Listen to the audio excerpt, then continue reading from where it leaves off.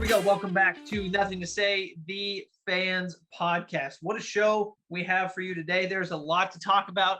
Week 2 of the NFL season was just unbelievable for a lot of different reasons. This weekend was, or I should say last weekend, was the weekend of comebacks from the worst of places and the best of places, depending on what team you are a fan of. So before we get into it, Sam, just quick recap on week 2 of the NFL. What were your thoughts? Man, a lot of surprises. As you guys can see, based off the percentage in the corner of my screen, not picking well with these games. A lot of games are going different ways. Giants are absolutely killing me. The week I don't pick Detroit, they come through. The Commanders put trust in Carson Wentz. Don't know why I did that. These games are tough. You really don't know where it's going these early couple weeks. I mean, I do. I'm at 58%. I was 10 for 6 this past week, so I feel good. I think I'm gonna make a second career out of sports betting. Yeah, you might want to move to Vegas a little bit. I know, seriously, I'm on fire. I was above 50% last season too, but so were you by the end of the season as well. Yeah. All right, let's roll into it. Just quick recap. I'll run through these games. I forgot to do this last time. We do this every week, and it's totally my fault. I forgot. Just a quick recap on anybody who missed any of these games. I'll do it really quick. Chiefs over the Chargers, 27-24. Patriots beat the Steelers, 17-14. The Giants, the 2-0 Giants. I don't know when the last time I could say that. Giants beat the Panthers 19-16. Jets come storming back in a game they absolutely should not have won, but they beat the Browns 31-30. The Jags obliterated the Colts. I mean, it was bad. 24-0 in Jacksonville. The Dolphins-Ravens game, probably the best game of the day. 42-38. Dolphins win over the Ravens. Tua, let me just pull it up real quick for you. Throws 50 times. 469 yards, 6 touchdowns in the win over the Ravens. We will get to that later. The Buccaneers Saints was a baseball game through the first half, and then all of a sudden turned into a football game, 20-10 over the Saints. The Lions get their first win in the season over the Commanders, 36-27. The 49ers, we'll talk about that as well. This 49ers game, 27-7 over the Seahawks. Rams hold on against the Falcons. Falcons came storming back, but the Rams were able to hold it off. The Raiders and the Cardinals played. The Broncos played the Texans 16-9. The Broncos win that game. Cowboys without Dak Prescott beat the Bengals 20-17. Packers over the Bears 27-10. The Bills beat the Titans convincingly 41-7, and the Eagles beat the Vikings 24-7. So quickly, before we do move the chains, any thoughts on any one particular game or multiple? Yeah, I'm sure we'll probably touch on everything. Tough week for the AFC South. There's a couple of those divisions that are kind of getting bullied a little bit. The AFC South, the AFC West, pretty early on is getting beat up. I don't have it here in Move the Chains, but the Bengals surprising 0-2. Yeah, let me I want to pull up a stat because I sent it to my family, and I may have sent it to you guys as well. But the Lions, the Jaguars, and the Jets all won this weekend. And the first thought that came to my head was, I don't know when the last time that happened. Well, one of my favorite sports accounts that I follow, called WTF Stats, posted for the first time in over 10 years. So it was December 11th, 2011. The Jets, Lions, and Jaguars all won on the same day. So it's been a while. Yeah, it's been a while. That doesn't surprise me there. I mean, a coincidence where all three of those teams are actually good the same year, it's pretty rare. Yeah. So let's just roll right into the change. So play the intro.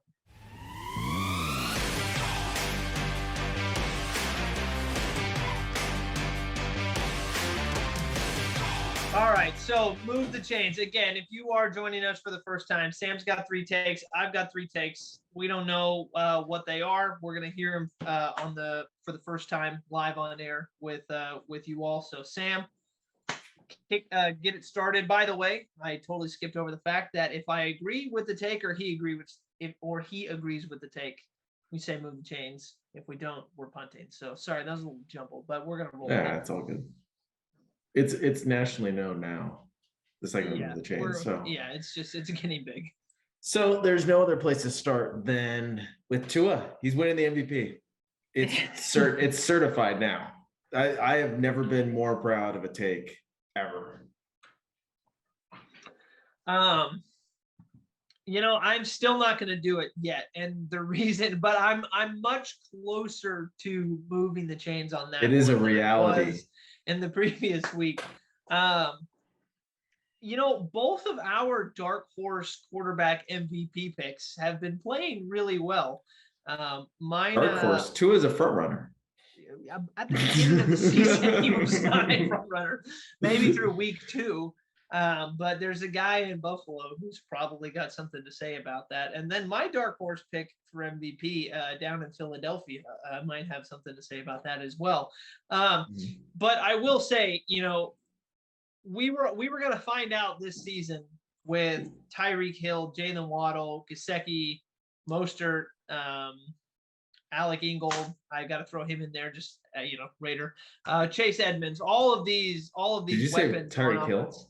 You did say Tyreek Hill. I said Tyreek. Yeah, the first one. Yeah, I'm reading the names right off the I'm just going down the list.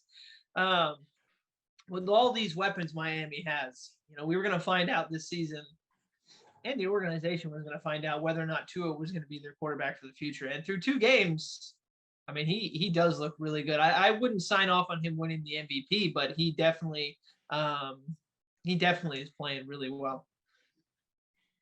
So you're moving the chains? No, I'm punting on that. I said I'm not willing to move the chains on that. Not yet. I think we got to bring the chains out in a couple weeks just for a booth review here. Let's see it. See where the spot of the ball is. I mean, I don't know. Good on you for putting it in my mind at the beginning of the season. I really hadn't heard anybody else say that anywhere on any national media. So, I mean, that's just the kind of insight you get here. So, all right. I will punt on that one. Mine will go, we'll stay in the AFC. We'll actually stay in that division. Mine's going to be about the Bills. The Super Bowl this year is the Bills to lose. And I don't, they right now feel like the class of the AFC, and there's not really any team in the NFC right now that it would give me pause about picking Buffalo over any NFC team in the Super Bowl. Obviously the Bills have to make it through the gauntlet that is the AFC. But there's not a team right now in the NFC that I think can hold a candle to Buffalo right now. And you see what that says? Yeah. So there. Is it backwards? Nope, that's right up. So for those of you listening on the radios, one of Sam's third take was nobody's close to the Bills right now. So so go ahead. Yeah, I mean, let's move that chain. It's probably a touchdown at this point, not even just a first down. No one is anywhere close to the Bills, at least through 2 games, the first 2 weeks. On defense looks the best in the league. Offense looks more efficient, more effective than it ever has. And it was a high-powered offense last year. And every other team looks vulnerable. You really don't see any. They just beat the brakes off of the Rams, and then they just made Tennessee look, I don't know, embarrassed. Mm-hmm. Well, I was going to say their defense might even be better than their offense, which is crazy to say. But in that first game against the Rams, they gave up 243 yards. They had 7 sacks. 3 interceptions. And then against the Titans, they gave up 187 yards, had 1 defensive touchdown, 2 sacks, 2 interceptions, and then they also had 2 fumble recoveries as well. Their defense is outstanding. And it feels wrong to say that their defense might be better than their offense when, they have so many weapons on offense. But I mean, through 2 games, I know that the Bills have put up, they put up 31 and then 41. But their defense 10-7 is what they've given up right now. It's unbelievable how much more dominant they look than anybody else in the NFL right now. Yeah, and you're talking about two teams that probably are the two most dangerous weapons or most feared weapons in Derrick Henry's rushing attack and Cooper Kupp in the air. And Cooper Kupp got his for sure, but it wasn't game breaking, or the Bills defense didn't allow it to be game breaking. And Derrick Henry was stifled in that game. Yeah, let me pull that up because I don't think he got more than 30 yards. Yeah, he had 13 carries for 25 yards. He had 1 touchdown, but I mean they shut that down.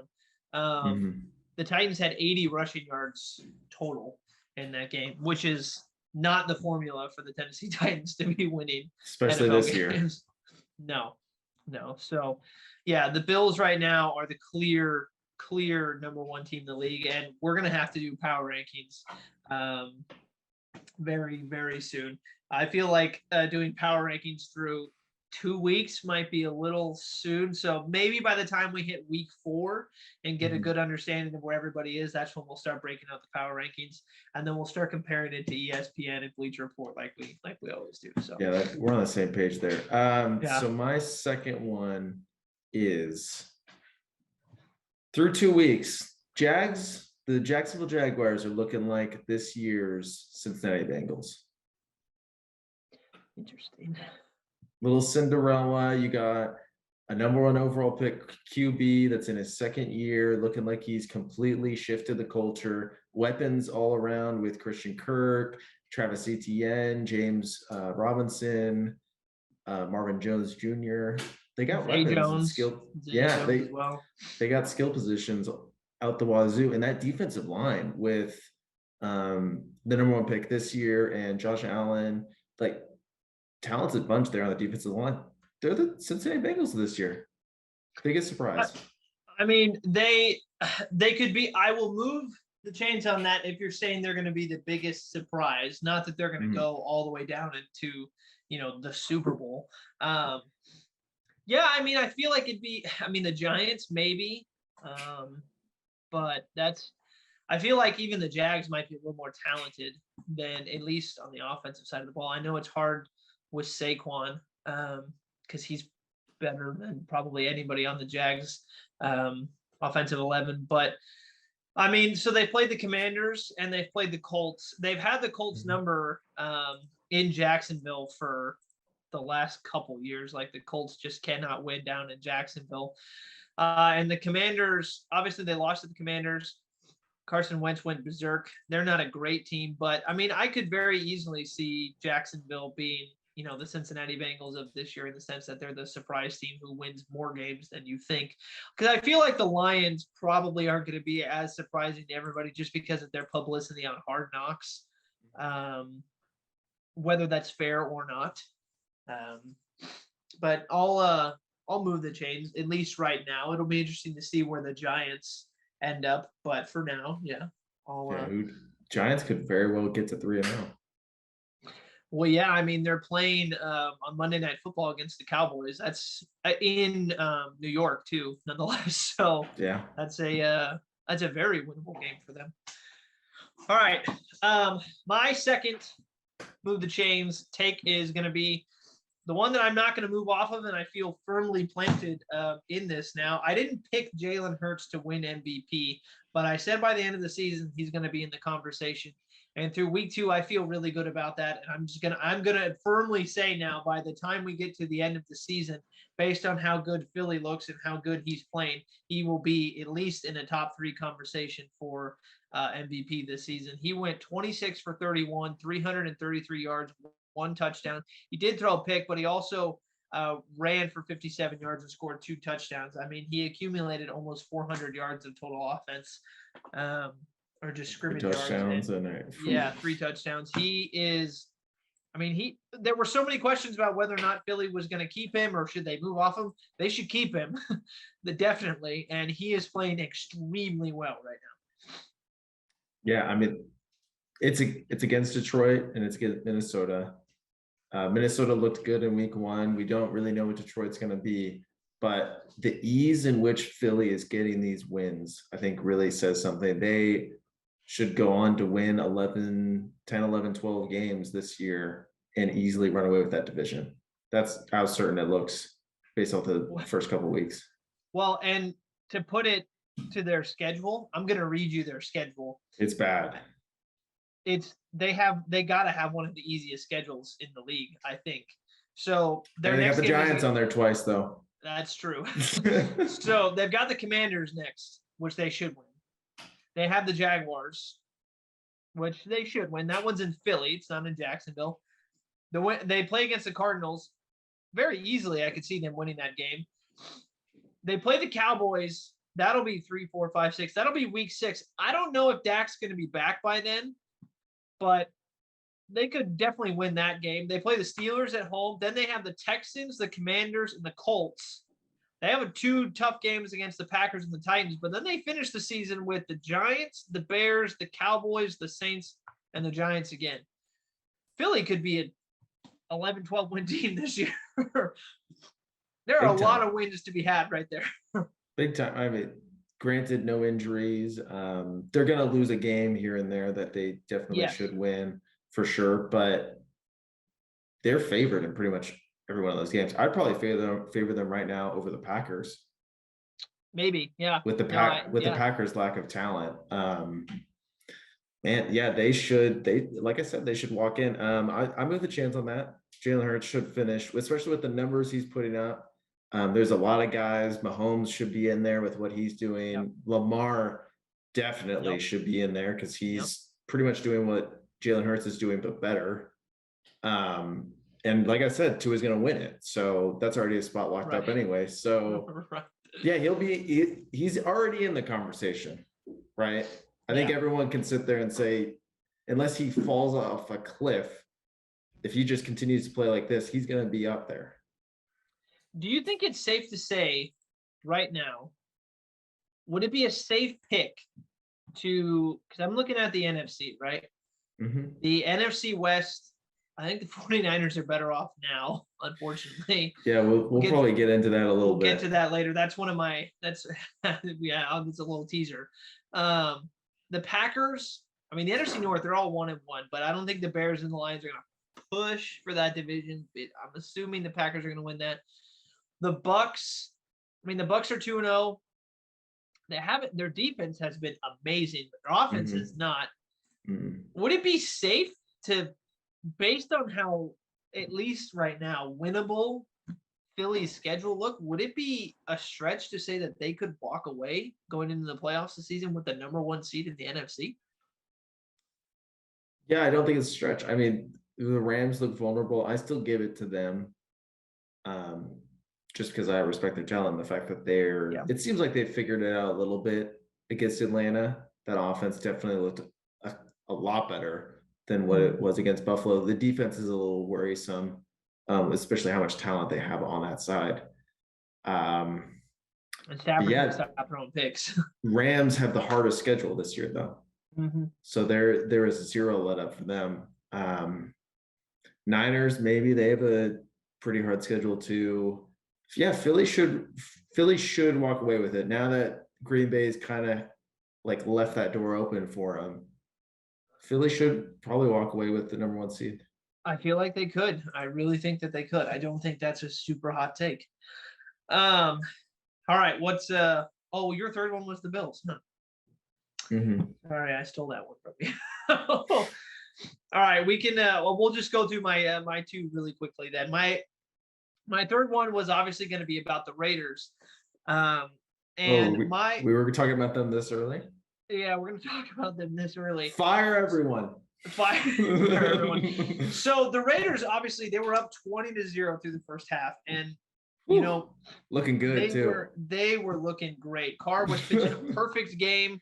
Josh was running hard. Everything was going perfectly. And then the second half hit, and it looked like the offense was playing to run out the clock as opposed to put more points up and then go win the game.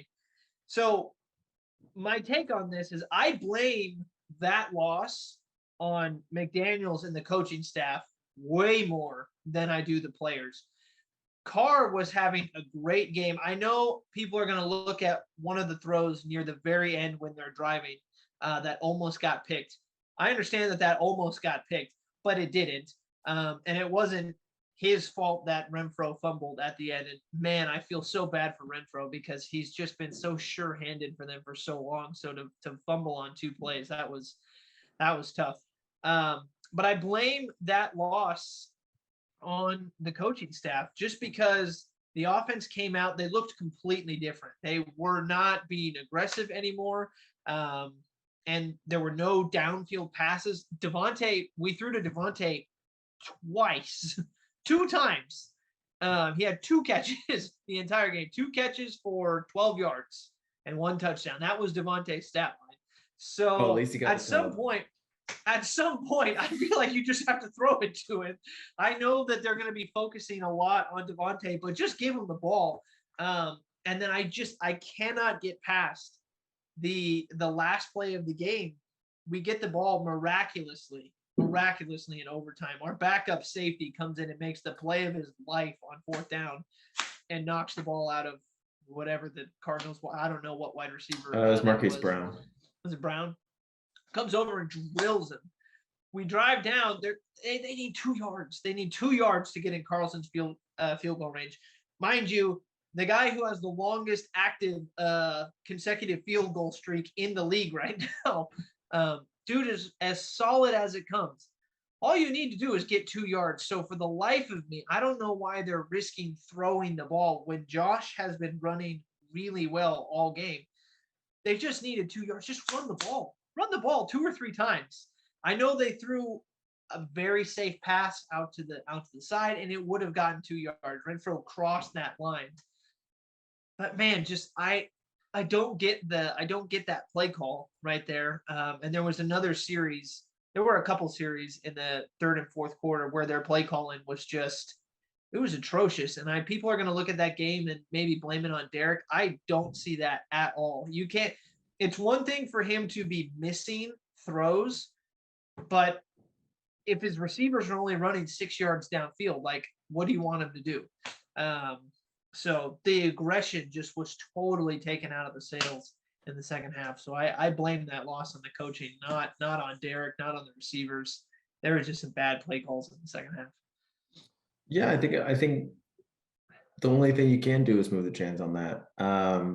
The blame should lie on that coaching staff and how they completely changed the script a little bit in that second half. If they win, maybe you sit there and like, oh, it worked. Like that was so smart what they did. But the fact that they gave up a 20-point lead is a little shocking, especially to an Arizona Cardinals team that looked like they were on their way to the number 1 pick through 6 quarters of football. Yeah. Yeah, I mean, it's got to be worrisome though how poorly the defense has played this year, right? Chargers through 3 quarters looked like they could get anything they wanted. Keenan Allen gets injured and then they stall. Arizona, maybe you just put it down to Kyler Murray's brilliance and the fact that he is the most athletic person on the field at any given point. Maybe that's just what it comes down to. But man, for a time where you need Chandler Jones, Max Crosby to just step up and get that big time stop, they just needed that one to stall one of those drives and then get that win. So I actually don't think the defense has played all that poorly. I mean, they kept Herbert under 300 yards. They kept Eckler under 40 yards rushing. They didn't allow any of the Chargers wide receivers to get over 70 yards. And then yesterday, I thought they were doing. I get that they allowed 29 points, but some of those plays, some of those plays you just have to tip your cap to Kyler because Max almost sacked Kyler like 7 times. And Max was in his face all game, and he did get to him. He did get to him early. He did get a sack, and they did get an interception. But Nate Hobbs, God, what a second season he is having. The Raiders found a stud cornerback in Nate Hobbs, and Crosby was all over the backfield. they were getting after Kyler a little bit, but when at some point, like I said, Kyler just makes these plays. Like you can't account for a guy literally having a play go on for 20 seconds. And the secondary covered everybody. Like he didn't throw the ball on that 2-point conversion. He just got everybody like spread out and then just used his speed and ran. So I truthfully don't think that the Raiders defense has played. They haven't allowed a 100-yard receiver. They haven't allowed a 100-yard rusher. No, through 2 weeks, Kyler Murray and Justin Herbert haven't thrown over 300 yards. They've gotten a couple sacks. They've gotten a couple turnovers. I don't think they're playing that well. I think the offense right now is underperforming more than anything else.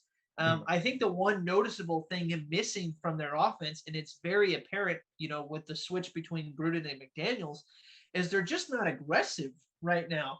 I mean, with Gruden, people like to knock on Carr for not being somebody who throws the ball downfield, which I don't understand at all, because with Gruden, they were dialing up bombs during the game, like taking multiple shots each game.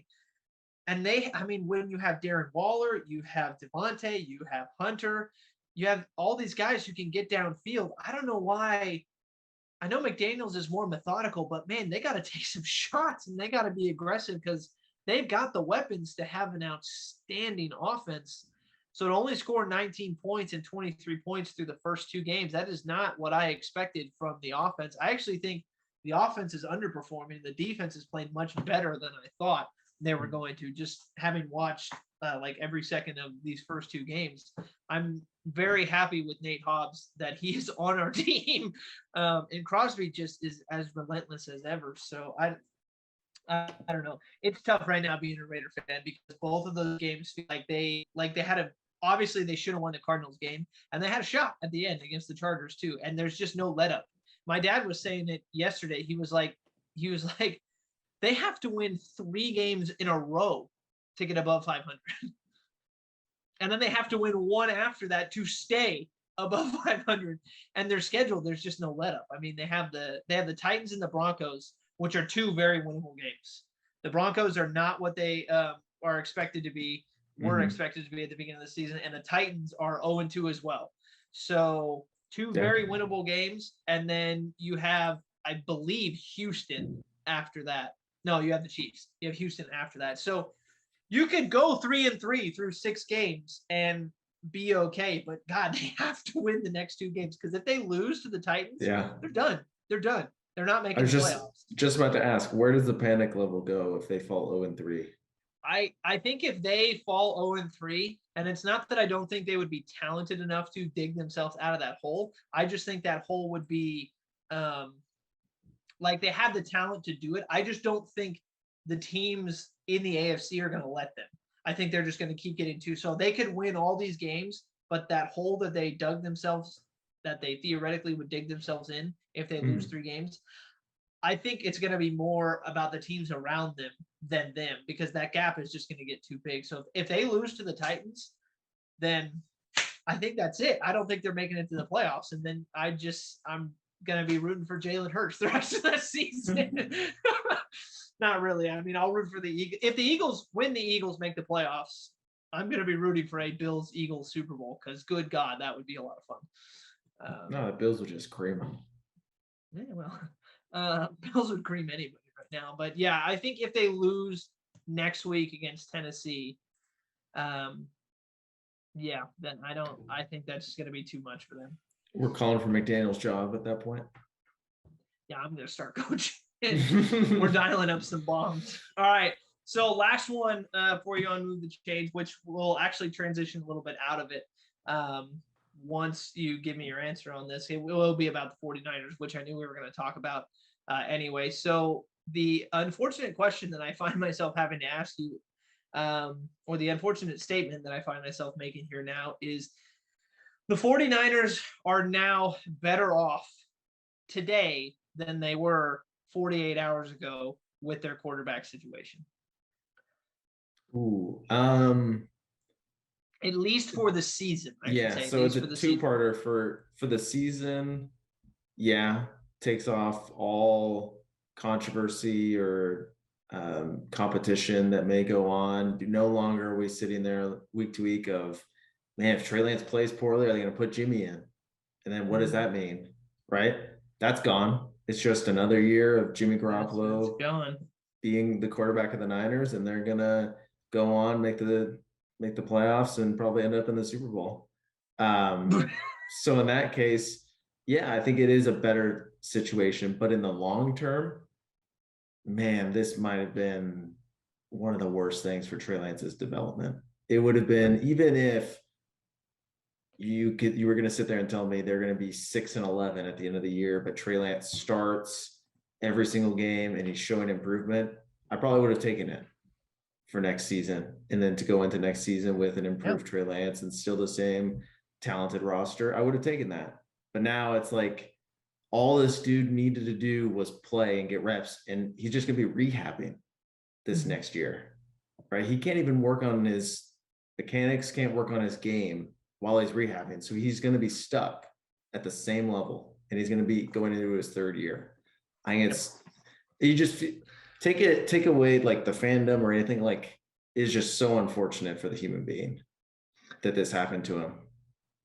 It's going to be interesting because if you're the Niners, you can't hang on to Jimmy after the end of the season. I don't think he would want to, especially if he plays well. If they win the Super Bowl, I mean, what was the big knock of Jimmy? That he can't stay healthy. Well, now they drafted a dude that is out for the season, right? And he was nicked up a lot last year too. Yeah, if they go on to win the Super Bowl, which I don't think they will, but I don't think it's out of the question. I don't think it's out of the question that they make it to the top four, especially with the NFC being as weak as it is. I could see a Philly 49ers NFC Championship game. Niners got that easy. I don't think so. And if Jimmy won the Super Bowl, I don't think he stays. I don't think he gets a bag somewhere. But I don't think he stays because I don't think you can keep him. I know maybe the inclination from fans might be to keep him a little bit, but like, you drafted Trey, you're kind of stuck with him for the next 2 to 3 years. But who says that? Like, why would they be stuck with him? I know they don't have to be, because I know the whole like Josh Rosen thing and then Kyler Murray, but like Kyle and John have already shown they are making unorthodox decisions here. The fact that they brought Jimmy in this year was seen as such an unorthodox. The fact that they traded up to get Trey Lance when they had Jimmy was such an unusual move. Like, they have been putting themselves in these unusual, like, never traveled situations. Like, no other franchise has even put themselves in that opportunity to be what situation they're in right now. Who knows what they do? I feel like they're pretty comfortable with whatever decision they're willing to make. And you got to give them credit. The fact that they are now paying Jimmy $5 million to be their starting quarterback this year. Yeah. Right? Like, how shrewd of a business move was that? The fact that they were able to bring him back and for $20 million less than what they would be paying him if they just started him this year. Yeah, it feels like I mean, in the moment, I know a lot of people questioned that move, but man, what an absolute gem to have him now. Yeah. So, because I mean, now your season looks brighter, unfortunately, with him. Yeah, it's so. I would have loved to have sit here and been like, oh no, Trey looks on par with Jimmy, but we just didn't get enough time to see that. Yeah. Well, I think all fans would have wanted that, I imagine. So yeah, now the only thing we can really say is, well, they looked pretty good in the time that he was playing against Seattle there this weekend. They looked a lot better than against Chicago. Trey still hasn't been able to throw in a dry game yet. That's true. So we still don't know what he looks like in normal climate. That's true. But yeah, I mean, right now, Jimmy Garoppolo is a better quarterback.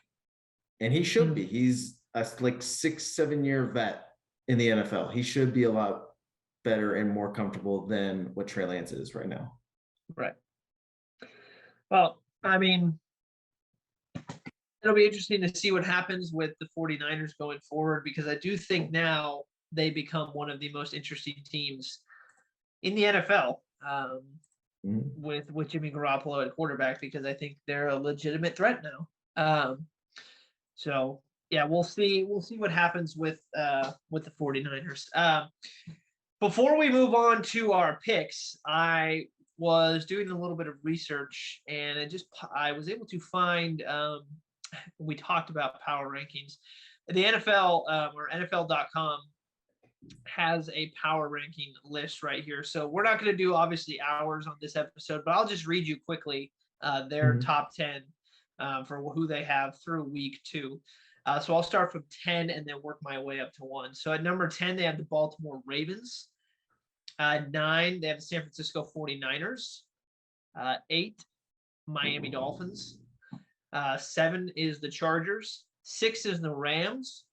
5 is Green Bay. Feels a little high. 4 is Tampa. 3 is Philly. Also feels high. Yeah. 2 is Kansas City, and 1 is Buffalo. Any major gripes there?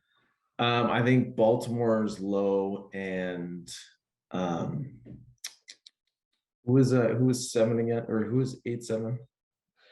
8-7. Miami. So 8 Miami's is too Miami low. and 7 is the Chargers. I think Baltimore and Miami are too low. I'd put the Niners behind Baltimore. I'd put the Rams probably behind those two teams. I'd definitely put Green Bay. I'd put Tampa Bay behind those two teams for sure. Yeah, they're 2-0, but their offense looks like it's regressed significantly. Yeah, they have a lot of injuries, but it still doesn't look like the same thing. Yeah, I think, when we do our power rankings, I know that one of our criteria is we're not judging based off what the team should be. It's just based on literally what we've seen the first 2 weeks. Yeah. So I don't feel that Buffalo and Kansas City being 1-2 is bad. I don't think Philly being 3 is bad, but Tampa at 4 feels high. I know it's Tom Brady. I know it's Tampa, but but you and I have talked about, again, like I just mentioned, that I don't know if that's exactly what power ranking should be. So I agree. I think Miami should be higher. Baltimore should probably be higher as well. I mean, you can slight them maybe for the loss, but it's not like they got blown out, so I don't take a ton away from them. I think the Rams, should probably be lower. Green Bay should definitely be lower than 5. How is Green Bay ahead of, like, that Chicago win wasn't very impressive?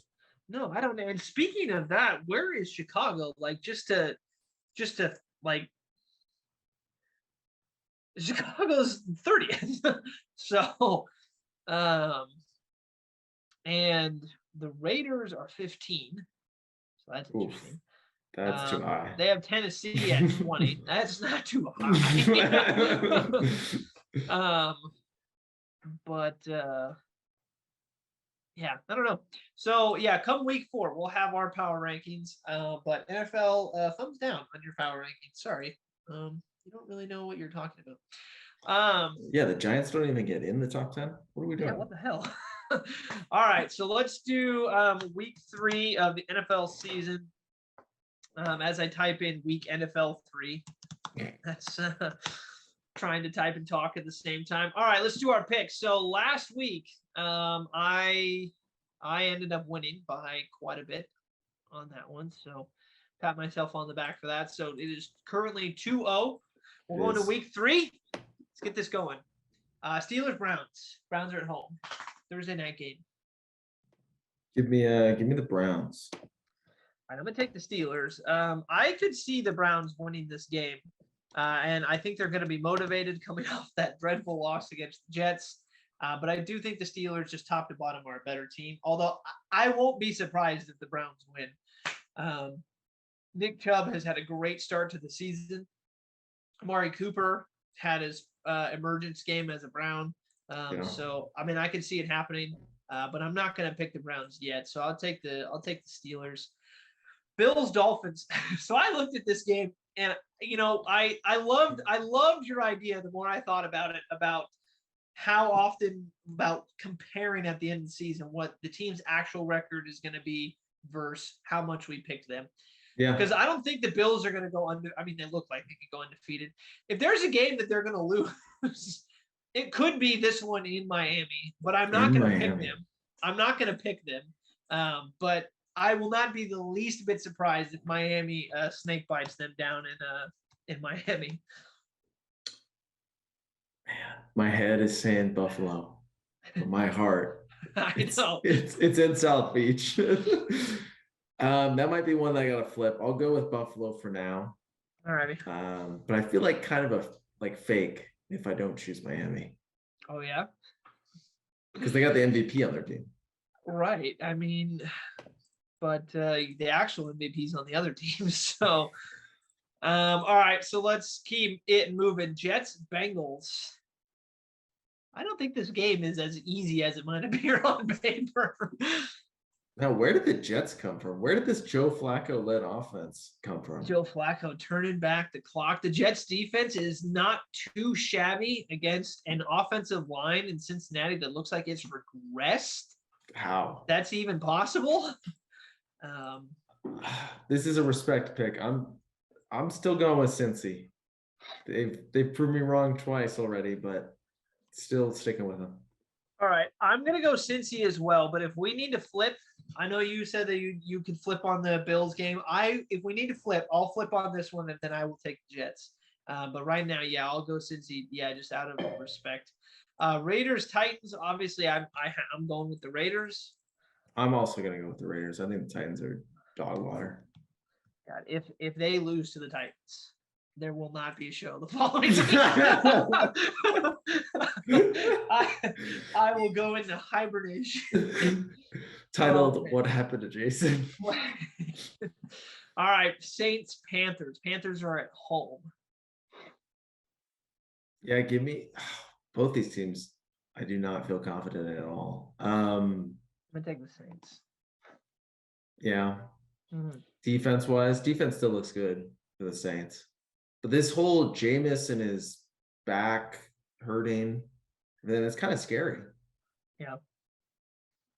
Who did Carolina just lose to? They lost Let me pull it up for you. lost They the Giants. to the Giants. Yeah. Giants are a good team though. I'm going Carolina. Giants are a great team. All right, you got the Panthers. All right, let's move it on to the Ravens, Patriots. I'll take the Ravens on the road. I will also take the Ravens. All right, Ravens on the road. Not much gripe there. All right, Lions, Vikings. Ooh, I like that game. I like that game. Man.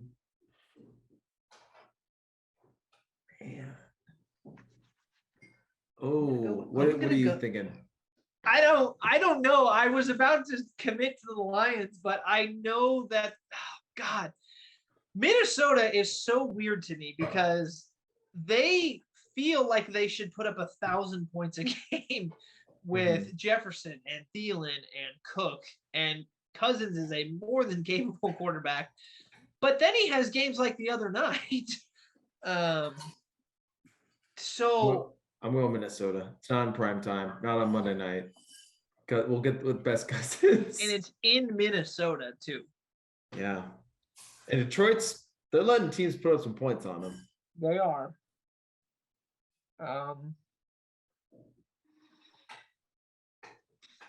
I'm looking at the Vikings are a 5.5 point favorite at home.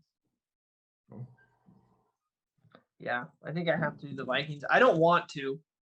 I wanted that Detroit train to ride. Yeah. But Nothing to Say podcast picked Detroit 2 weeks in a row. Yeah. Let that be known. Mm-hmm. All right. Eagles, Commanders. I'll take the Eagles on the road. Ooh, a little Carson Wentz revenge game here. Mm-hmm. It's kind of spicy. I mean, I picked the Commanders last week, and I'll go Philly. Okay, I was gonna say I don't overthink that one. I don't think until the Eagles do something to prove anybody wrong. Sam 1 minute. Yeah, Philly can have the number 1 seed in the NFC. The next minute, they'll probably lose to Washington. Right, right. All right. I'll take the Chiefs on the road against the Colts.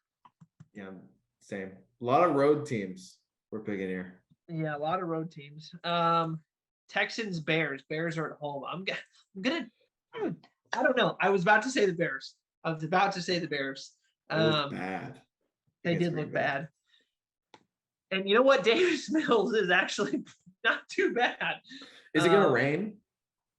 Because if it's gonna rain, Justin Fields is gonna look great. I need a weather forecast for Chicago.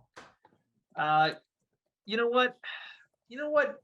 For Jenna, I'll pick the Bears to make her feel good. In case you, I'm gonna take the Bears. That's gonna be more of a respect pick for the potential environment that that game is gonna be played in. So we got chances of thunderstorms and Bears all day. 40% chance of rain. Bears Let's all go day. to Bears. Bears all day. Give me Bears all Justin day. Fields, Mr. Two Gloves. All right, Chargers at home against the Jaguars. Give me the Chargers. Yeah. I know Jaguars should be a surprise team, but too much respect for the Chargers. All right, Cardinals are at home against the Rams. I'm gonna take the Rams. I still don't believe in what Arizona. They only looked good because the Raiders let them look good. Yeah. All right, Buccaneers, Packers. Tough game. Bucks are at home. Both teams I do not like. This is a bad matchup for Green Bay's offense against I agree. Tampa Bay's defense. I agree. I'm gonna take Tampa. Mhm. As much as I would love to take the Packers, yeah, no, the Bucks defense they've been great through the first 2 weeks, and I don't see any reason why that won't continue against the Packers offense, which, I mean, Aaron Jones had a great game. Alan Lazard played well, but Yeah. I think it'll be tough for them. Falcons, Seahawks. Battle of the Birds. Seahawks, let's see. Atlanta opens as a 1-point underdog in that game. Yeah, give me Atlanta. I don't know. It's in Seattle. Yeah, that's what I'm saying. Who the Falcons play? They almost lost. The Falcons have like almost beat 2 pretty good teams. New Orleans and the Rams.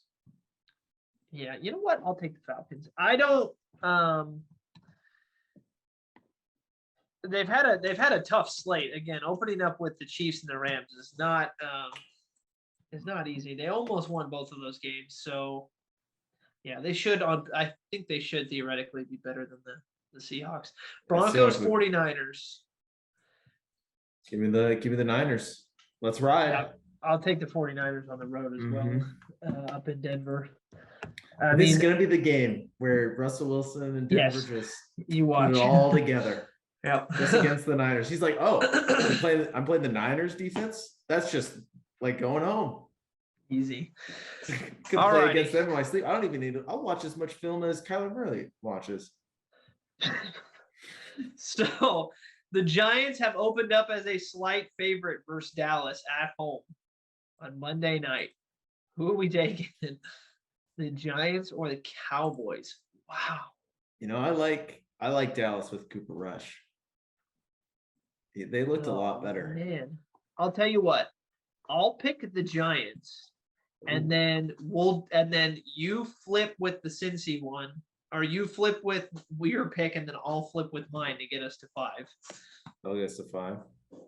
Yeah, because if I pick the Giants, and you take the Cowboys, we're at 3. I already said I'd flip on the Jets. Yep, I'm taking Miami. Okay. Wow, I am taking the 3-0. The Tua for MVP chance are gonna be bonkers All right. after this week. the Tua for MVP chance. Man, I'm telling you, I mean, if there's a game that the Bills are going to lose, I feel like this is for sure one of those games. Tough matchup. It's a tough game. It's in a place that's hard to play. So all right, so the official picks that we are different on. I have the Steelers. Sam has the Browns. I don't feel great about that one. I have the Bills. He's got Miami. I've got the Jets over Cincinnati. I have the Saints over the Panthers, and I have the Giants over the Cowboys. So let it be known that this week I have picked the Jets and the Giants. Hey, it worked out for you last week. Almost picked the Lions too. Wait, you picked the Browns. No, I picked the Browns. I'm sorry. I almost picked the Lions at Minnesota as well. So we shall see what happens with week 3. A lot of good games this week. I think that Bills Dolphins one is going to be fun. I think the Jets Bengals has a chance to be entertaining because of the Bengals feel like they should rebound. The Jets are playing maybe a little better than they should, or maybe who knows? I mean, who knows with that team? The Eagles Commanders game, that's a divisional game. That might be kind of fun. Yeah. Detroit, Packers, Minnesota. Bucks, Detroit, Minnesota. Yep, that'll be fun. Rams, Cardinals, that's divisional. That could be a lot of fun. 49ers, Broncos. I mean, that's got the potential to be cool too. And the Cowboys, Giants. There's a lot of good games on the slate this week. Yeah, I mean, to reiterate that, there's a lot of games with teams that are playing against each other that I think are like equal footing. Like Houston, Chicago might not be a good game. It's going to be close, right? Because those teams are pretty equal. Atlanta, Seattle, those teams are kind of on the same level. I'd even put New Orleans and Carolina kind of in that boat a little bit. Yeah, Lions, kind of. Dallas, Giants, who knows what the heck is going to happen in that game, right? So it just makes it interesting. Yeah, even the 49ers Broncos game. I mean, you got to think that Denver is going to eventually turn it up, but the 49ers right now feel like they're the better team. You know, they're Super Bowl favorites in the NFC. Right. All right. Well, it's going to be crazy with the Niners and Dolphins meeting the Super Bowl. That'll be your day. You'll just be like skipping around the room. Like, yes, I'm rooting for the Niners, but I ain't even gonna be mad if the Dolphins win. So it's right. It should be like, I think right there in that corner, right? That 38%, right? If it goes down to 5%, but the Dolphins are winning all these games, I couldn't care less. Right. Well, I already said if the Raiders lose next week, I won't be here. So I could care, but only about one. Title this maybe the last podcast. Maybe the last one. This might be the last time. We made it to 145. Yeah. It's been a good run. If the Raiders lose, I expect the show to change and for at least one of the hosts to not be here anymore. So, all righty. Thank you all so much for listening. We really do appreciate it. Have a great week. Enjoy the football, and we will see you all after week 3 and ready to preview week 4. See ya. Bye.